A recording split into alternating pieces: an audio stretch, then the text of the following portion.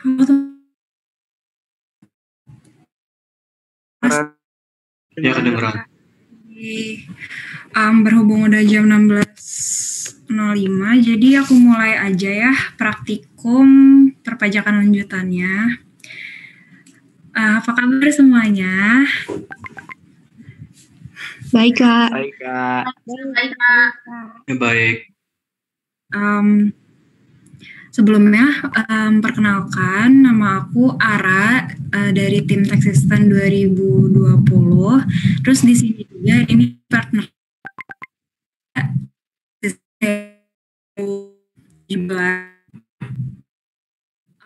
untuk materi pertemuan 21 ya, teman-teman. Sebelumnya aku mau nyebutin untuk praktikum kita selama 10 pertemuan nanti. Jadi yang pertama itu praktikum akan dimulai pukul 16.00 waktu Indonesia Barat. Terus waktu pemaparan materi itu 30 menit, sisanya itu 10 menit terakhir untuk tanya jawab. Kemudian soal akan dibagikan via Google Classroom di jam 16.30 setelah pemaparan materi selesai dan dikumpulkan lagi di Google Classroom di kelasnya masing-masing ya, yang udah dikasih kodenya di jam 18.30. Terus untuk pre-quiz itu akan dilaksanakan di setiap hari Senin. Kalau terkait waktu pelaksanaan pre-quiznya itu nanti menyusul ya, nanti bakal diinfoin lagi. Terus praktikan wajib menghadiri semua lab karena seluruh nilai pada pertemuan itu akan menjadi komponen penilaian praktikum. Dan yang terakhir itu persentase penilaian tugas mingguan itu sebesar 70%, pre-quiz sebesar 10%, dan review sebesar 20%. Nanti kalau misalkan ada perubahan persentase penilaian dari tim Tax Assistant-nya sendiri bakal diinfoin lagi ke teman-teman semuanya. Nah, kita mulai aja ya, takut keburu lama juga, keburu sore. Sebelum kita mulai praktikum hari ini, perdana banget, angka baiknya jika kita berdoa menurut agama, berdoa disilakan.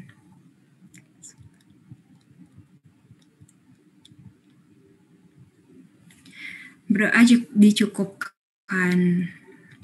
Oke, aku mulai ya teman-teman. Kalau misalkan nanti ada kendala dari suara aku atau kecepatan gitu, kasih tahu aja.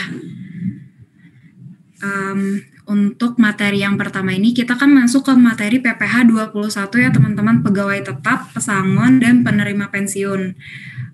Untuk materi PPh 21 ini sebenarnya di hukum pajak juga udah diambil kan ya sama teman-teman semuanya, dan seharusnya pertemuan pertama pajak 2 pun kalian udah sedikit mengenal tentang PPh 21 ini.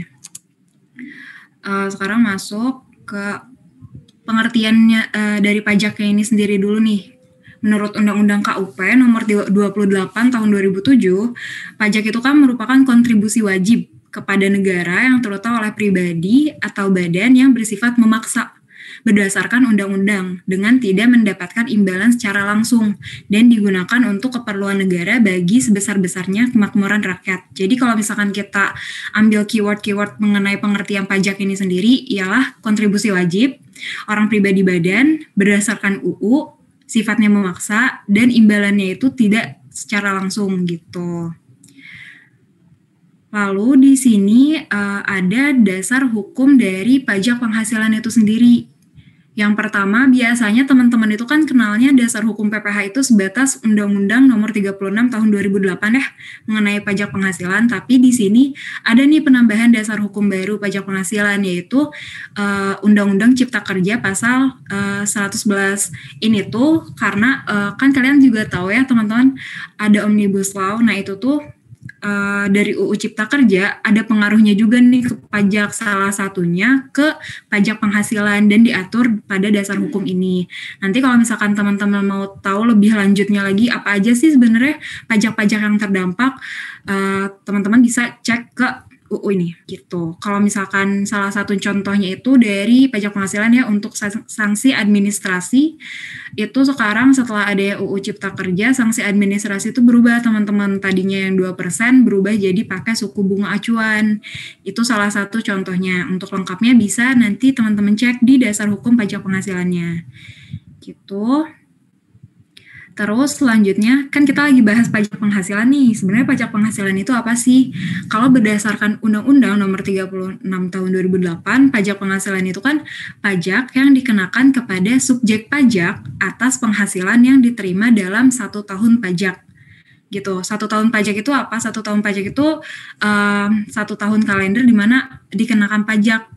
Jadi kalau misalkan ada yang namanya tahun kalender, ada yang namanya tahun buku. Jadi kalau misalkan tahun kalender itu dari 1 Januari sampai 31 Desember 2020 gitu misalkan. Nah kalau misalkan tahun kalendernya tidak sama dengan tahun pajak, itu gimana contohnya? Contohnya itu misalkan 1 Juli sampai 30 Juni. Nah, itu yang dinamakan tahun kalender tidak sama dengan tahun pajak. Kayak gitu.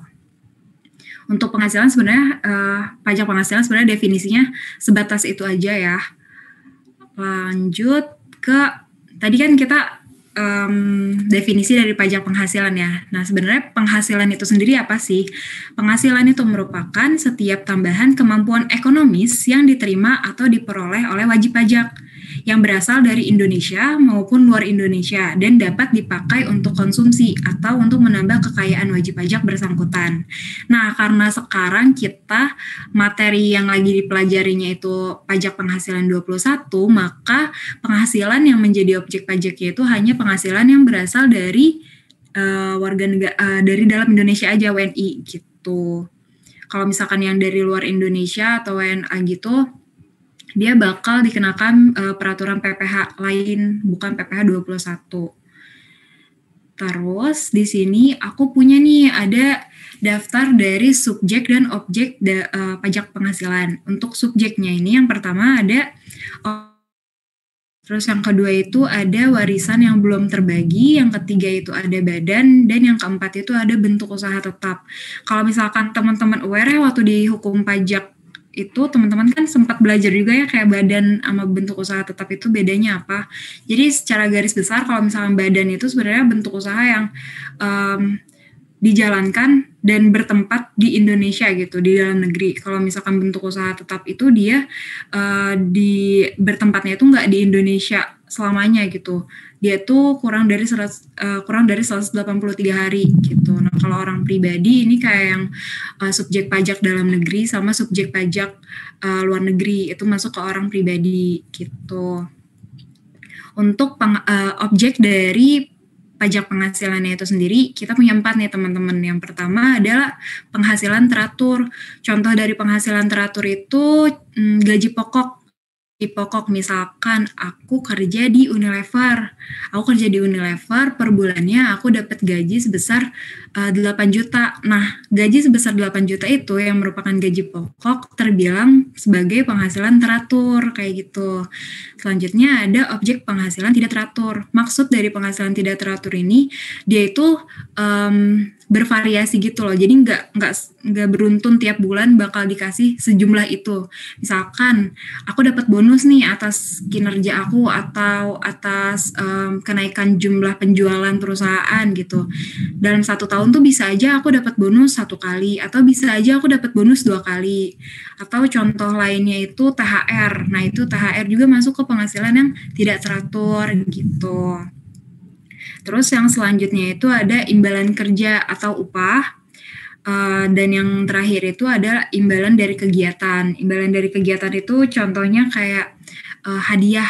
Nah, itu tuh masuknya ke imbalan dari kegiatan gitu. Teman-teman sekali lagi kalau misalkan aku ngejelasinnya terlalu cepat, boleh langsung unmic aja dan bilang ya. Kasih. Sekarang kita masuk ke bukan subjek dan objek pajak.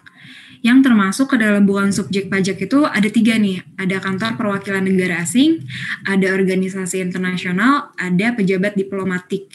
Kalau kantor perwakilan negara asing misalkan kantor diplomasinya Amerika gitu.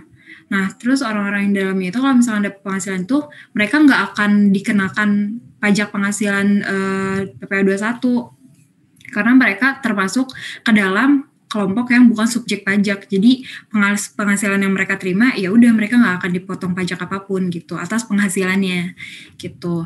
Lalu untuk yang bukan objek pajak penghasilan itu ada 3 juga nih. Ada yang pertama bantuan atau sumbangan atau hibah.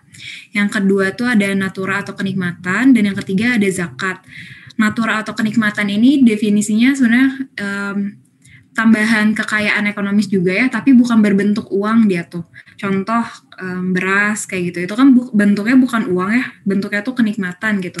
Jadi itu disebut natura, dan itu tidak bisa dikenakan pajak penghasilan karena dia termasuk ke dalam bukan objek pajak kayak gitu.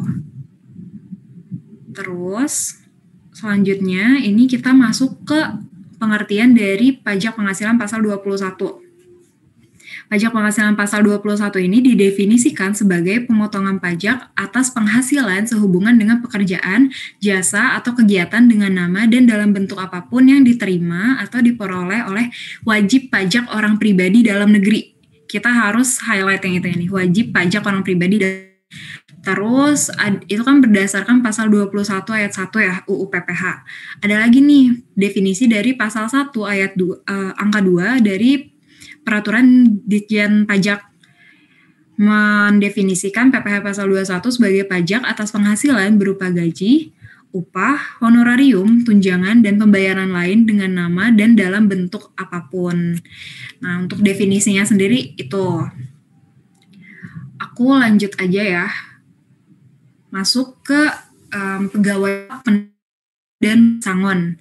Di sini aku punya beberapa definisi. Yang pertama, pegawai tetap itu diartikan sebagai pegawai yang menerima atau memperoleh penghasilan dalam jumlah tertentu secara teratur, yang bekerja berdasarkan kontrak untuk suatu jangka tertentu, kayak gitu. Lalu ada yang namanya penerima pensiun. Penerima pensiun itu orang pribadi atau ahli warisnya yang menerima atau memperoleh imbalan untuk pekerjaan yang dilakukan di masa lalu, termasuk orang pribadi atau ahli warisnya yang menerima tunjangan hari tua atau jaminan hari tua. Contoh kayak penerima pensiun tuh gampangnya ini deh, PNS. PNS kan tuh dapat pensiunan ya kalau misalkan mereka udah selesai gitu masa kerjanya. Nah, itu tuh atas penghasilan pensiunan mereka akan dikenakan PPh juga kayak gitu. Terus yang selanjutnya ada pesangon. Pesangon itu diartikan sebagai penghasilan yang dibayarkan oleh pemberi kerja dengan nama dan dalam bentuk apapun akhirnya masa kerja atau terjadi pemutusan hubungan kerja, termasuk uang penghargaan masa kerja dan uang penggantian hak. Jadi di sini kan berakhirnya masa kerja atau terjadinya pemutusan hubungan kerja itu merupakan dua hal yang berbeda. Kalau berakhirnya masa kerja itu misalkan ya, perusahaan menetapkan karyawan pada umur 60 tahun itu udah harus selesai masa kerjanya. Nah itu dia akan mendapatkan pesangon. Beda halnya dengan PHK. Pemutusan hubungan kerja itu masuknya PHK. Jadi walaupun dia belum mencapai usia maksimal dia bekerja, si karyawan itu bekerja, tapi dia di PHK, dia tetap akan mendapatkan pesangon. Nah, atas penghasilan pesangon ini akan dikenakan juga pajaknya kayak gitu. Terus di sini aku punya daftar pemotong PPh pasal 21. Yang pertama itu ada pemberi kerja, yang pensiun, keempat ada orang pribadi pembayar honorarium, dan yang kelima itu ada penyelenggara kegiatan. Ini merupakan pihak-pihak pemotong dari PPh pasal 21. Kemudian di sini aku punya nih komponen perhitungan dari pajak penghasilan 21. Ini bisa membantu banget teman-teman pada saat nanti mengerjakan soal ya. Yang pertama ada penghasilan bruto dari pajak penghasilan 21 itu. Kalau misalkan penambah penghasilannya ini di bruto itu ada yang dinamakan penambah penghasilan bruto, ada yang dinamakan pengurang penghasilan bruto. Yang termasuk ke dalam penambah penghasilan bruto ini seperti yang tertera di PowerPoint ya teman-teman. Yang pertama itu ada penghasilan rutin dan tidak rutin. Kemudian ada premi asuransi yang dibayarkan oleh perusahaan. Kemudian ada jaminan kecelakaan kerja atau JKK. Kemudian ada jaminan kematian atau JK. Lalu ada jaminan kesehatan dan tunjangan yang dibayarkan oleh perusahaan. Nah, keenam komponen ini mereka akan menambahkan penghasilan brutonya si karyawan. Kemudian pengurangnya apa aja sih? Pengurangnya itu ada iuran pensiun, biaya jabatan, dan iuran BPJS yang dibayarkan oleh karyawan. Nah, sebenarnya kalau untuk yang biaya jabatan ini sendiri, dia cukup tricky ya teman-teman. Biasanya kalian di kelas tuh nggak akan dikasih sama dosen tarifnya itu, misalkan tarif biaya jabatan segini. Nah, itu tuh jarang sama dosen, karena biaya jabatan itu udah pasti ada, dan kalian harus aware sendiri gitu. Terus kalau untuk iuran pensiun sendiri, dia tuh per bulannya maksimal 200.000 teman-teman. Terus untuk biaya jabatan per bulannya itu dia maksimal 500.000 atau per tahunnya 6 juta kayak gitu. Jadi kalau misalkan nanti pada saat teman-teman menghitung iuran pensiun atau biaya jabatan, lalu nominalnya itu lebih dari ketentuan maksimal, ambil aja nilai yang maksimalnya gitu, jangan lebih kayak gitu. Terus di sini ada PTKP juga nih. PTKP yang pertama ada untuk wajib pajak sendiri, itu sebesar 54 juta. Kemudian kalau misalkan wajib pajaknya itu menikah, misalkan Tuan Mika itu menikah punya istri. Tuan Mikanya dikenakan pajak sebesar 54 juta, lalu istrinya itu akan dikenakan PTKP maksudnya. PTKP sebesar 4.500.000. Lalu tanggungannya ini tuh sebesar 4.500.000 masing-masing kayak gitu, dan maksimal 3 gitu teman-teman. Lalu untuk tarif PPh 21-nya ini sendiri itu tarif pajak yang dikenakan kepada setiap wajib pajak orang pribadi dengan jumlah penghasilan tertentu kayak gitu. Sekarang, nah ini ada iuran dan premi. Cara bacanya tuh gini teman-teman. Kalau misalkan iuran yang namun dia akan mengurang si penghasilan bruto. Tapi kalau misalkan dia premi yang dibayarkan oleh perusahaan tapi tidak dibayarkan oleh pegawai, dia itu akan menambah penghasilan brutonya gitu. Nah ini ada keterangan mengenai biaya maksimal untuk biaya jabatan dan iuran pensiun yang tadi aku kasih tahu sebelumnya gitu. Terus masuk ke tarif PPh nih teman-teman. Tarif PPh untuk pegawai tetap, penerima pensiun, dan pesangon. Untuk pegawai tetap, tarifnya itu progresif ya. Jadi berdasarkan layar 0 sampai 50 juta itu 5%, 50 juta sampai 250 juta itu 15%, 250 juta sampai 500 juta itu 25%, dan di atas 500 juta itu dikenakan tarif sebesar 30% gitu. Nah, cara perhitungannya tuh misalkan ARA tuh PKP-nya itu 175 juta. Nah, perhitungannya itu nggak langsung 175 juta dikali 15% gitu. Enggak, tapi 50 juta dulu dikali 5%, nanti sisanya baru dikalikan lagi ke layar selanjutnya gitu. Terus yang kedua ada penerima pensiun, THT atau tunjangan hari tua, dan jaminan hari tua. Ini tuh 0 sampai 50 juta dia akan dikenakan sebesar 0%, dan di atas 50 juta dia akan dikenakan sebesar 5%. Lalu yang ketiga, ini yang terakhir ini untuk pesangon. Untuk pesangon ini tarifnya itu seperti yang tertera, lalu di bawahnya itu ada TH1, TH2, TH3. Ini tuh maksudnya perhitungan tahun pertama untuk pesangon itu di konsep perhitungannya itu secara layar, kayak perhitungan pegawai tetap gitu. Nah, pada tahun kedua nggak secara layar, misalkan tahun kedua tuh dapat penghasilannya 75 juta gitu. Nah, ya udah kita lihat kan 75 juta itu dia masuk kemana nih, kelompok mana? Oh, ternyata kelompok yang 5%, 50 sampai 100 juta. Berarti langsung 75 juta dikalikan dengan tarifnya 5% kayak gitu. Nah, nanti untuk yang tahun ketiga dia itu layar juga, tapi tarifnya itu bukan mengikuti tarif yang pesangon, tapi mengikuti tarif PPh pasal 17 yang pegawai tetap ini nih. Dia kan PPh 17 ya tarifnya. Gitu teman-teman. Aku lanjut. Di sini contoh ya. Contoh pesangonnya itu soalnya Pak Yusuf menerima pesangon sebesar 700 juta dibayarkan secara bertahap. Bertahapnya ini tahun pertama dia 250 juta nih. Terus tahun kedua dia dapat 300 juta tapi di beda bulan gitu. Terus tahun ketiga dia dapat lagi nih 150 juta sebesar sisanya. Lalu perhitungannya itu seperti apa? Perhitungannya itu yang pertama kan 250 juta ya, dan untuk aturan tahun pertama itu kita menghitungnya secara layer. Berarti nggak bisa dong 250 juta kita kalikan dengan 5% gitu. atau kita kalikan dengan 15%, itu nggak bisa kan. Untuk aturan tahun pertama kita kalikan 50 juta dikalikan dengan 0% dulu, nanti baru 50 juta selanjutnya kita kalikan dengan 5%, dia yang layer kedua nih. Lalu selanjutnya 150 juta sisanya kita kalikan dengan 15% kayak gitu. Karena 150 juta kan ada di rentang ini ya, 100 sampai 500 juta kayak gitu. Jadi nanti tahun pertama jumlah pajak yang dibayarkan ini sebesar 25 juta. Lalu untuk tahun kedua kita kan 150 juta ya dua-duanya.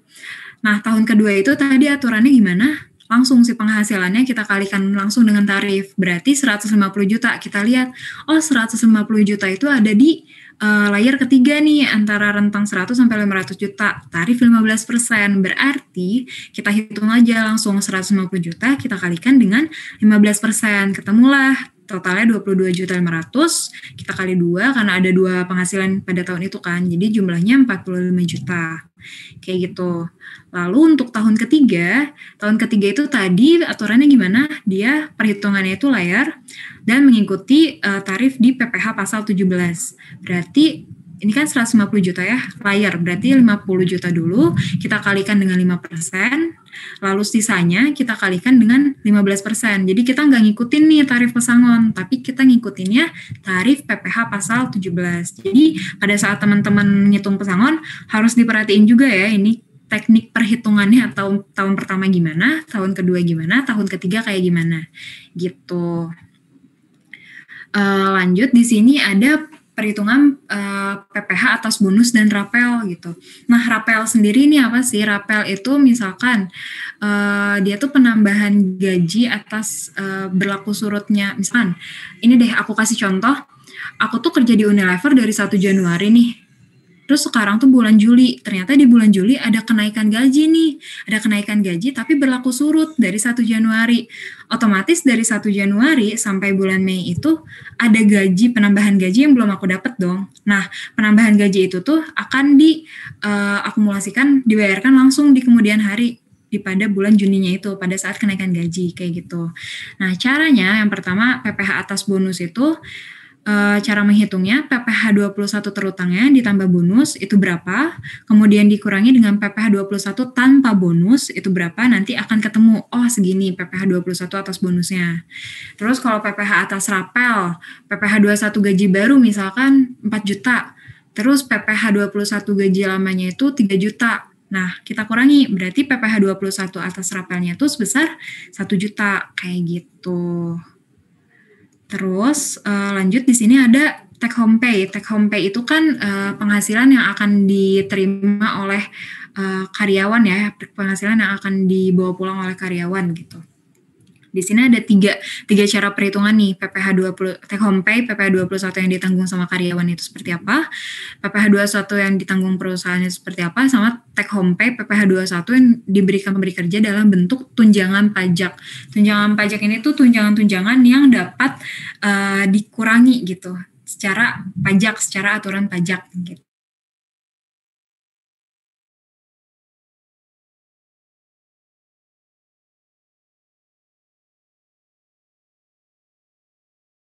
Untuk ditanggung karyawan, dia itu gaji pokok ditambah dengan tunjangan-tunjangan yang ada, kemudian dikurangi dengan iuran yang ditambah dengan PPh 21. Nah, untuk yang ditanggung perusahaan hampir sama dengan yang ditanggung karyawan, tapi iurannya ini nggak ditambah dulu nih sama PPh 21 gitu.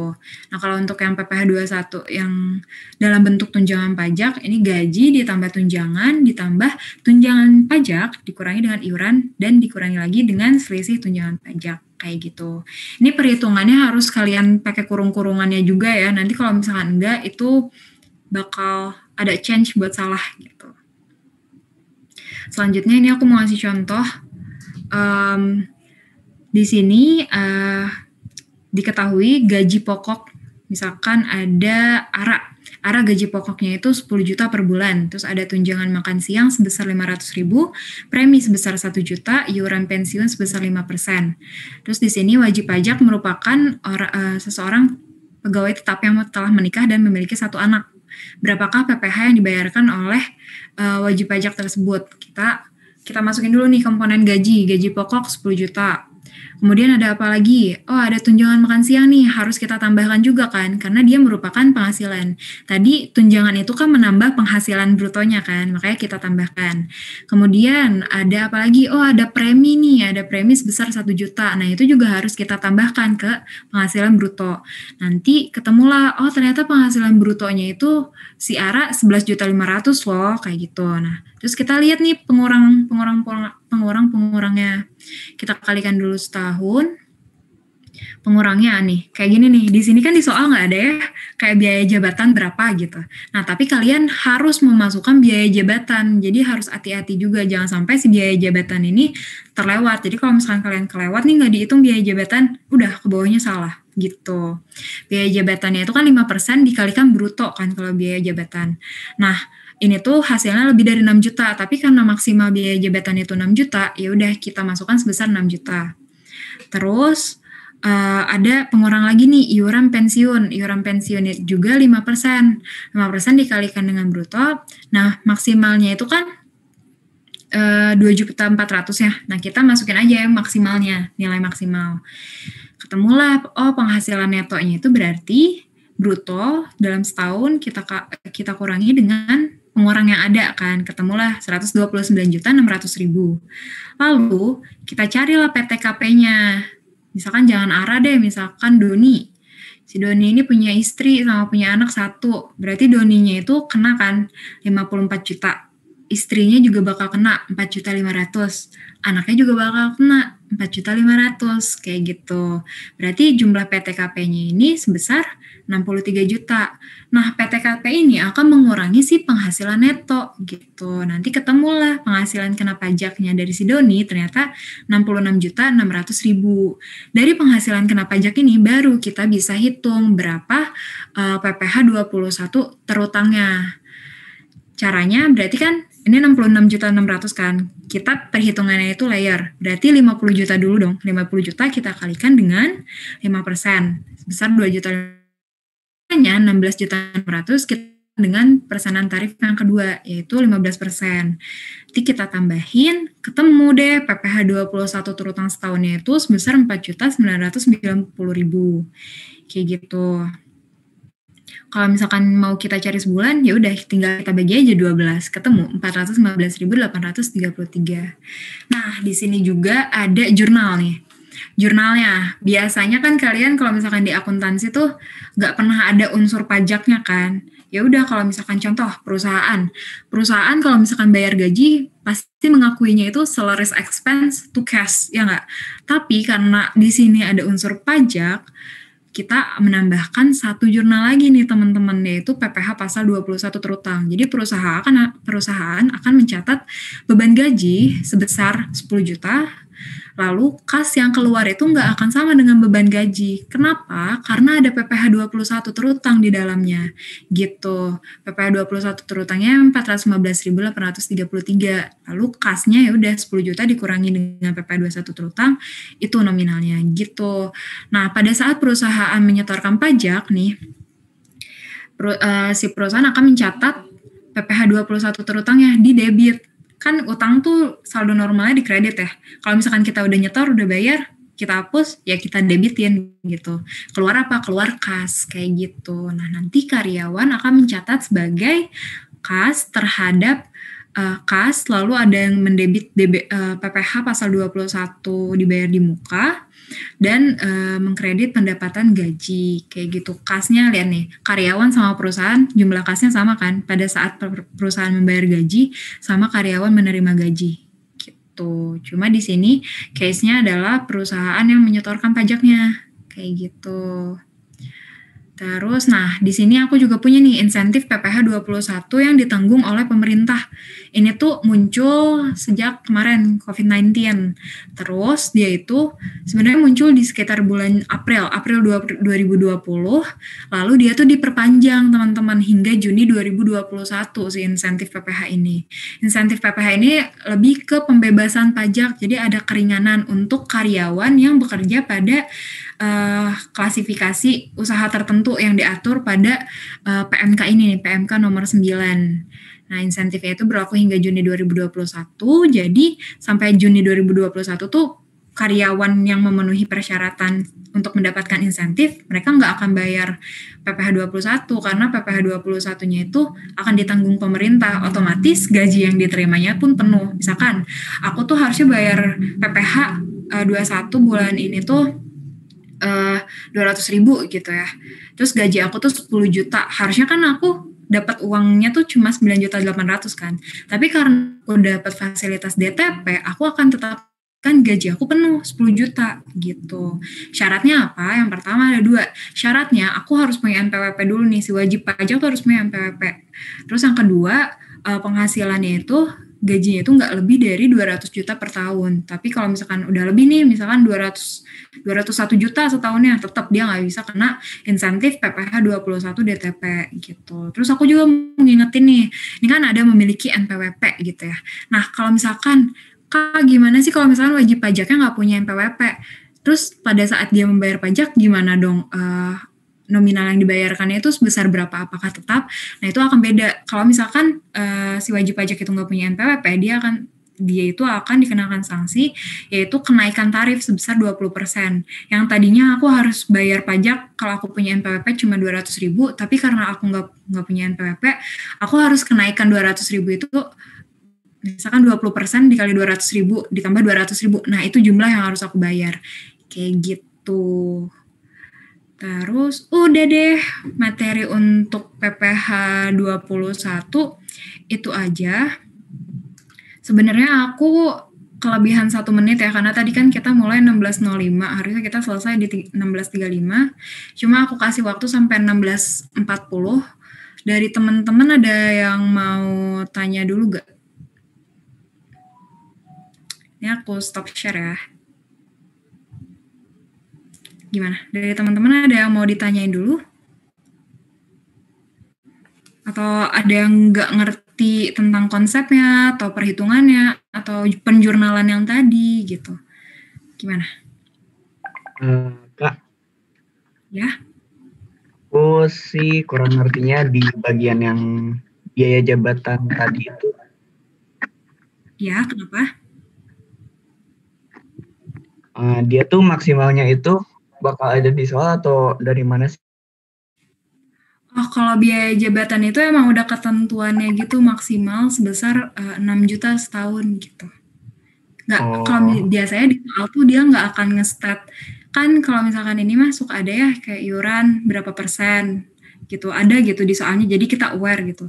Nah, tapi biasanya dosen-dosen kalau ngasih soal tuh nggak akan tuh ngasih biaya jabatan 5% gitu, nggak akan ngasih. Biasanya ya, nggak tahu kalau yang sekarang.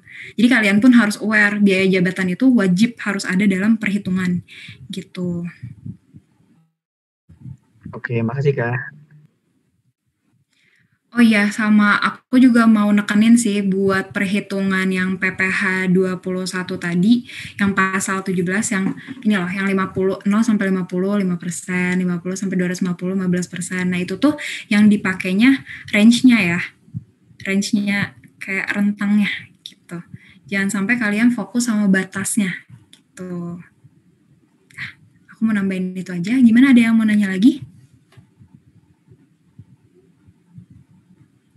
Atau aman? Kak, atau gimana? Mau tanya. Boleh. Tentang yang rapel itu teh tadi yang hitungnya itu, maksudnya kan dibayarinnya langsung pas ada kenaikannya gitu, kayak misal di Juli. Berarti hitung PPh-nya Juli atau gimana teh, maksudnya masih nggak ngerti. Iya, jadi kita kan ngitung dulu nih PPh yang sebelum kenaikan gaji, berarti kita hitung nih PPh yang bulan Januari sampai Juni itu berapa, itu kan sebelum kenaikan gaji. Terus kita hitung nanti PPh yang di bulan Juli berapa, nah nanti dikurangi bakal ketemu PPh atas rapelnya itu berapa gitu. Oh iya, makasih teh. Sama-sama Melisa. Ada lagi?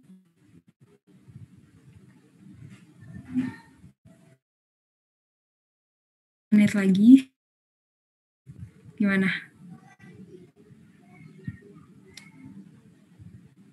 Kalau misalkan gak ada yang mau ditanyain lagi, ya Aulia Rahmi kenapa?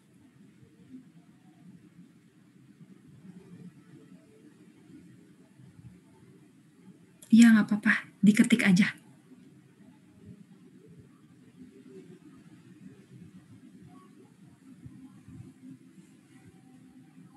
Iya, kenapa yang range-nya? Jadi maksud aku range tuh gini loh. Misalkan kan tadi 0 sampai 50 juta 5% ya. Terus 50 sampai 250 juta itu 15% ya Aulia Rahmi. Nah, kamu tuh jangan terfokus sama si batas 250 jutanya ini, tapi kamu harus fokus ke range-nya. Range antara 50 sampai 250. Misalkan pembayaran gajinya tuh 300 juta. 50 juta pertama kita kalikan dong dengan 5%. Terus masih ada sisa nih 250 juta. Kamu kalau misalkan kamu berfokus pada batas, kamu pasti bakal mengalihkan 250 juta itu ke 15%. Tapi perhitungannya itu kita harus fokus pada range-nya. Kan kalau yang 50 sampai 250 sama dengan 15% itu berarti range-nya itu 200 juta dong. Ya enggak? Karena 50 jutanya itu udah kita bayarkan di pertama gitu. Jadi 200 juta baru dikalikan dengan 15%, baru nanti nih sisanya si berapa tadi? 5 juta baru kita kalikan dengan tarif yang sisanya gitu. Nangkep nggak Aulia Rahmi? Atau teman-teman yang lain nangkep nggak tentang range ini? Jadi kalian jangan fokus sama batas akhirnya yang 50 juta, 250 juta. Jangan berfokus pada itu, tapi berfokus pada rentangnya. Rentang antara 50 sampai 250 gitu. 250 sampai 500 gitu. Oke, Aulia Rahmi. Teman-teman yang lain ada yang masih mau ditanyain? Kalau nggak ada, ya. Kalau organisasi internasional buka cabang di Indonesia gitu, kayak Save the Children Indonesia, atau WHO Indonesia tetap termasuk bukan subjek pajak.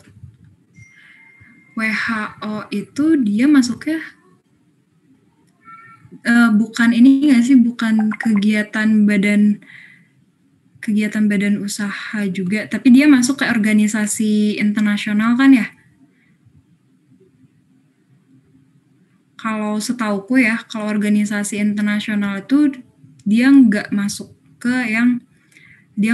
ke yang subjek pajak, jadi dia nggak akan kena pajak gitu. Tapi nanti aku coba cari ulas lagi ya, takutnya aku salah juga ngasih jawaban. Nanti aku kasih tahu lagi kalau misalkan emang salah gitu. Tapi setauku dia karena termasuk organisasi internasional, dia nggak akan dikenai pajak gitu teman-teman. Ada lagi? Walaupun pegawainya orang Indo. Nah, walaupun pegawainya orang Indo, dia kan dapat penghasilannya itu dari organisasi internasional itu kan. Pasti ada peraturan-peraturan tersendiri gitu loh. Jadi ada PPh tersendiri yang mengatur lagi, bukan PPh 21 gitu.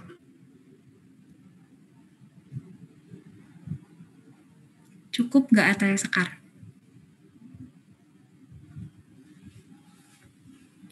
Oke deh teman-teman, berhubung ini udah jam 16.43 ya, kita agak ngaret 13 menit.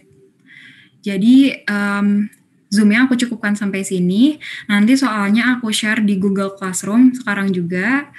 Nanti kalau misalkan dari teman-teman ada yang mau ditanyain, tanyain aja di grup kelasnya masing-masing ya. Nanti aku bantu jawab terkait soal gitu. Makasih teman-teman. Aku end meeting ya. Aku akhiri Zoom makasih, Kak. ini. Makasih, Kak. Assalamualaikum warahmatullahi wabarakatuh. Waalaikumsalam. Waalaikumsalam. Makasih, Kak.